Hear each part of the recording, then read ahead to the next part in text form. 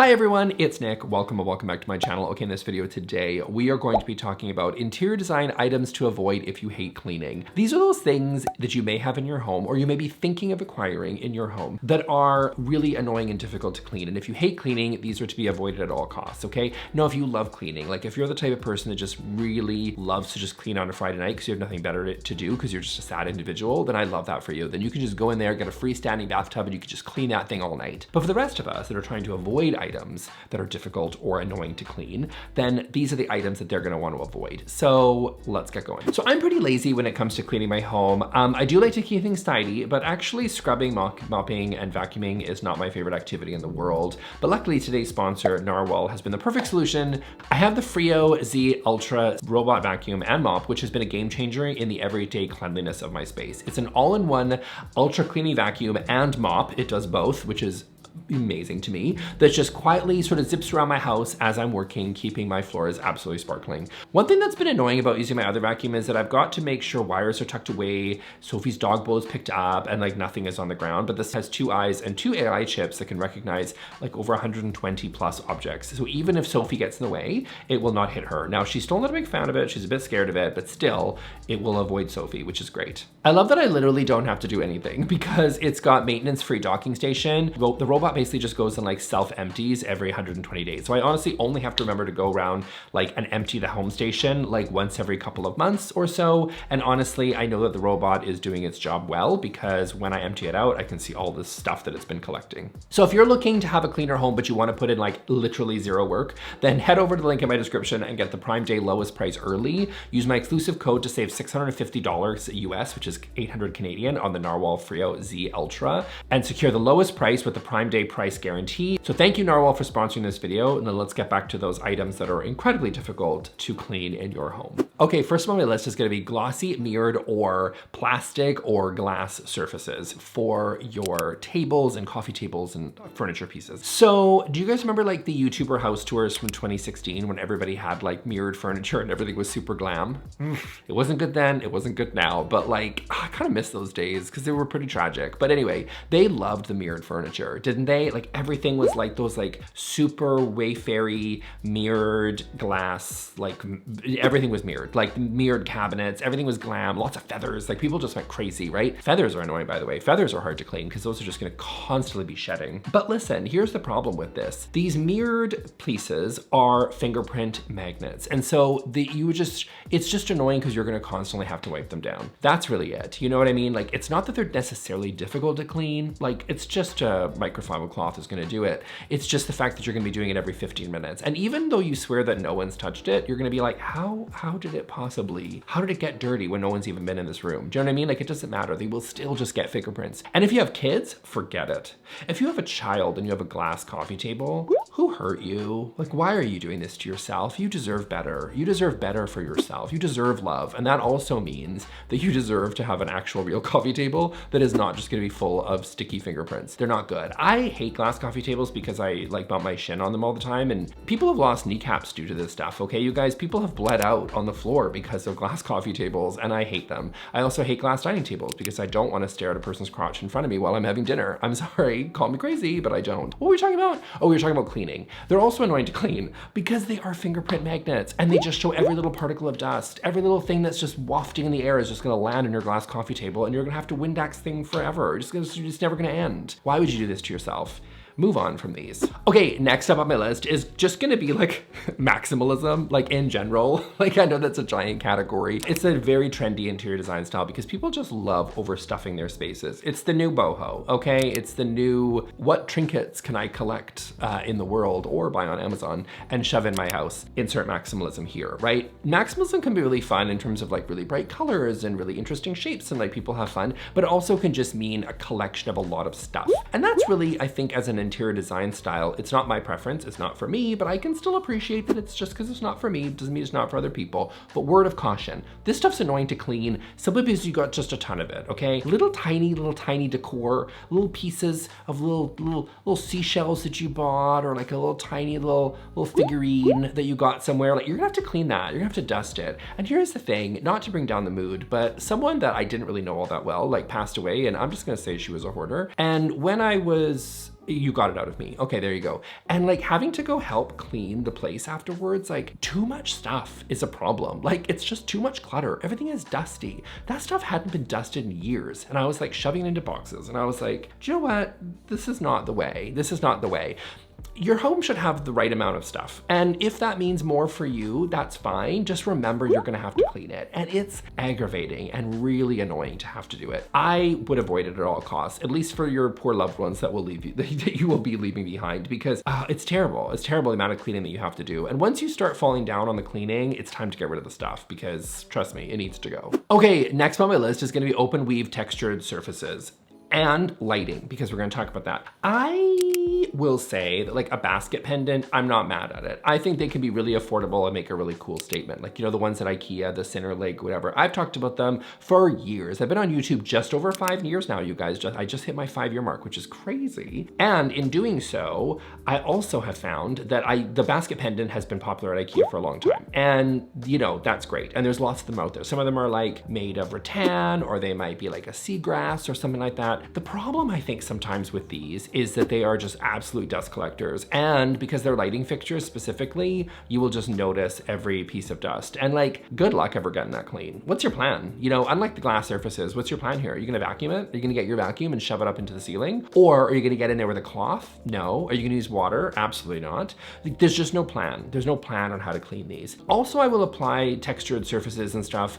I love a basket, you know, throw in a little, you don't have to tell me, I've got one right down here. Like I love a basket that's holding all your throws and all your hopes and dreams. And I get that, and those are great, but just remember they're annoying to clean. So maybe keep them limited to like 1 or 2 pieces and go with that. But like a lot of these textured surfaces, just please keep in mind when you're buying a lot of rattan, yes, it's a natural material. Yes, it's really nice and lovely and adds a lot of really cool warmth and texture into a space, but too many of them and they can be incredibly aggravating to clean. It's just, I'm not saying don't buy them. I'm just saying be mindful that these things can be terrible to clean in the long run. Okay, next on my list is going to be chrome. Chrome is really popular right now. I feel like chrome is having a moment. I think chrome is a timeless metal choice. I think chrome has been around for a long, long time. I was gonna say 10,000 years, but I can't really say that's accurate.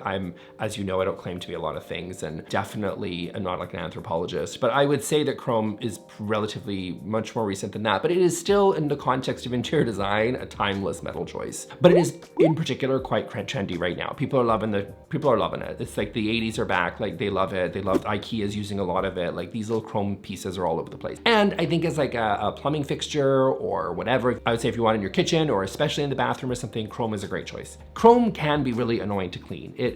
Can get their water stains on there, and the fingerprints can absolutely be really annoying, because especially on something like, picture a bathroom faucet, that is hopefully getting used all the time. So people are using that hopefully every single time that they're going to the bathroom. And in doing so, I can guarantee you they're not whipping out their multi-purpose cleaner every single time they touch that thing. So every single time it is getting used, it is a fingerprint magnet. Something like brushed nickel, I think, hides fingerprints a lot better. Matte black has its own issues. Like it can also have issues with water stains and stuff like that. But I do think that I think it covers it a little bit better than chrome. Any of the matte fixtures or brushed or bronze, they'll all do a better job, I think, of being able to resist fingerprints compared to chrome. Those really shiny chrome, kind of like I was saying in the first point, but specifically chrome in the bathroom fixtures and on furniture pieces can be incredibly annoying to have to clean consistently, because they will just, again, you don't have to look at them and they will just get fingerprints. Okay, next up on my list is going to be slatted walls and door fronts. This was like a huge trend, and I'm not mad at it. Like, I still think it's great.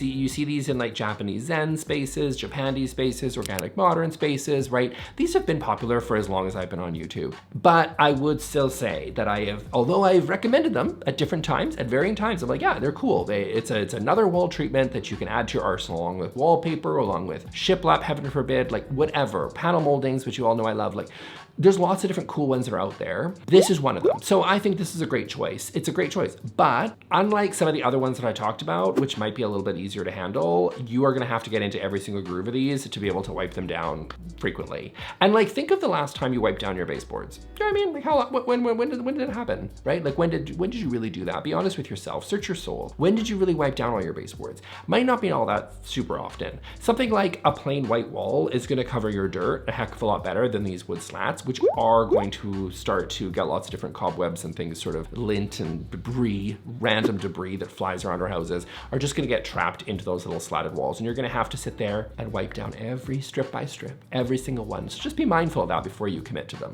Okay, next up on my list, this one's a biggie. This one's a biggie that I see right now, and that is freestanding tubs. Freestanding tubs are really popular. I think they're really luxurious. A lot of people really love the look of them, and I think that they can be really beautiful. I'm not a tub person myself, okay? I'm a shower guy. I don't love being in a tub. Hot tubs, yes. Hot tub, me and a glass of Sabi B, I'm having a good time. Bathtub, I don't know, it's just not my thing. But a lot of you love tubs, and that's good for you. So bathtubs are great, but the freestanding tub is really annoying to clean. Now, a little tip for you on the freestanding tub. I'm not like, because they're the vessel sink of the tub world. Like, let's call that as it is. So all the things I said in my last video that I did on this subject, where I talked about vessel sinks, I'm gonna link that here and at the end of this video. It's like, I think I said in that video that you have to like floss underneath a vessel sink. I'm laughing at my own joke, like, haha, Nick from the past. But like, you have to kind of floss underneath the freestanding sink, like, which is just, that's what you're doing. The little tiny little nubbly little corner, that's annoying, right? That little moment. The same thing is happening with the freestanding tub. You're gonna have to get under there in that little tiny crevice. But here's where it's even worse. Because oftentimes what people do is they rip out these alcove tubs and then they put in a freestanding tub, which, let's be careful about clearance issues, because let's take these two photos right here. Both are beautiful freestanding tubs, but this one over here, you can see you can fully circulate around the tub. This is a very large bathroom. There's a lot going on here. You can go circulate, you can get under there. I mean, if you probably have this bathtub, who knows if one is doing one's own cleaning at this point, but let's be real. You're gonna have someone is getting under there, and they're still able to get under there and actually be able to kind of work with a freestanding tub, because you're able to get all the way around the whole thing. But let's take a look at this photo over here. This photo over here is a little bit different. What you did is you took a freestanding tub and you shoved it into a corner where the alcove tub used to be. Good luck ever getting under there. Could you imagine like that corner, what is big, like the soap suds, the dirt, the debris, the crap that is getting over there that you are never getting in there because you had no plan when you put it in to actually be able to get your arm in there to even do anything. So these corners, in my opinion, are gross and a mistake. So freestanding tubs, am I fully against them? I'm 70% against them for a lot of people's use cases because they're shoving them into places that they probably shouldn't. If you've got a giant luxurious bathroom, let's say you're a Russian oligarch and you're like, hey, I need to go outfit my new cruise liner. And you're like, well, this is the bathroom that I'm working with. If you're working with a big giant marble bathroom and you're going for it, then like, you know, feel free to go throw in your own marble tub for all I care. But if you're a regular person who lives in, I don't know, a house or an apartment or like something normal, then you might be trying to put these freestanding tubs into an area that is a little bit too small, therefore making it impossible to clean. Okay, next up on my list, this is like expected, but I can't believe I missed this in my first video, which is just gonna be open shelving. Do we need another open shelving rant on the Nick Lewis channel? I think we do, because this is about cleaning and I can't believe I missed it in the last video, probably because I knew everybody was sick of me talking about open shelving. So I was like, oh, do they need me to talk about it again? But here I am. So I decided part 2, we're gonna talk about it. If you don't know, I talk about open shelving a lot because I kind of don't really love it all the time for most of its use cases that I see what you guys are doing on social media, but you're new here, so welcome. My name is Nick Lewis. We're quite snarky around here. We talk about interior design. If you're offended by snarky comments about interior design, I suggest you go find a lone fox because I'm sure he's lovely over there, but that's not what we do here. Okay, let's talk though for a minute about the open shelving. We're talking grease. We're talking, if it's in the kitchen, right? We're talking like grease from your pasta sauce, things coming up from whatever, you're deep frying, stuff's happening in your kitchen and it's getting all over your open shelving. Plus, I'm gonna give you the harsh, honest truth. You don't have that many nice things, okay? You don't have a whole lot of nice things. You've got some things that are nice, you got some cookbooks that are nice, but you're styling those, okay? But the problem with ripping out so much open shelving is you've got way too much open shelving and you're using it for storage when you should be using it to display your items. I'm gonna say it again. You're using it for storage and you should be using it to display your nice items. But again, you don't have that many nice items. We're having less of this, the storage, and too much of this, which you don't have very much. So we need more storage. So that's why too much open shelving is a problem. But open shelving in general, whether you have a little of it or especially if you have a lot of it, is a nightmare to clean because you're attracting grease. Like I said, you've got debris, you've got stuff, you're gonna more little trinkets. It's like the maximalism thing. It's like you've got so much stuff hanging out there. Again, even if you've styled it beautifully, you're still gonna have to clean it. You're taking that stuff down, you're wiping off and you're putting it back up there. Who has the time? Who has the time for this? Who, you know, you're gonna put your wine glasses, you're gonna put beautiful wine glasses, you're gonna have beautiful mugs up there, then you're gonna go to use that mug and you realize it's covered in slime. And then you're gonna have to take it down, you're gonna wash it again. And then you're gonna wash wash it and you're gonna put it back up there, and then you're gonna go to use it and it's gonna be covered in slime again. So you're gonna have to wash it again. Now you're washing multiple times just to use these things once. Too much of this is a problem, but I'm just saying, I've gone on a rant for a millionth time. Maybe that's the last time, but it probably won't be. Just be careful with this one. Too much is so annoying to clean. Okay, and then next up on my list, and I got this from the comment section from you guys actually in the last video. I didn't even think of this one, but you're absolutely right, which is a crystal chandelier. You still see these as really, really popular. People love these. You know, again, we're talking another lighting fixture, kind of like the basket pendant we talked about earlier. These will attract dust. They will light that dust up like a beacon, like a bat signal, so people will be able to see it when they walk into your house. And you will never get these fully cleaned. You will, what are you gonna do? Are you gonna go crystal by crystal? Are you gonna take them off? Are you gonna take them off and you're gonna wipe them down? Or if you can even, you're just gonna wipe them down little piece by piece. Plus, where are you putting these? Are you putting these in a giant hall? Is this in a, do you have loft? Do you have double ceilings? Like, do you have, how big, how tall are, where is this coming from?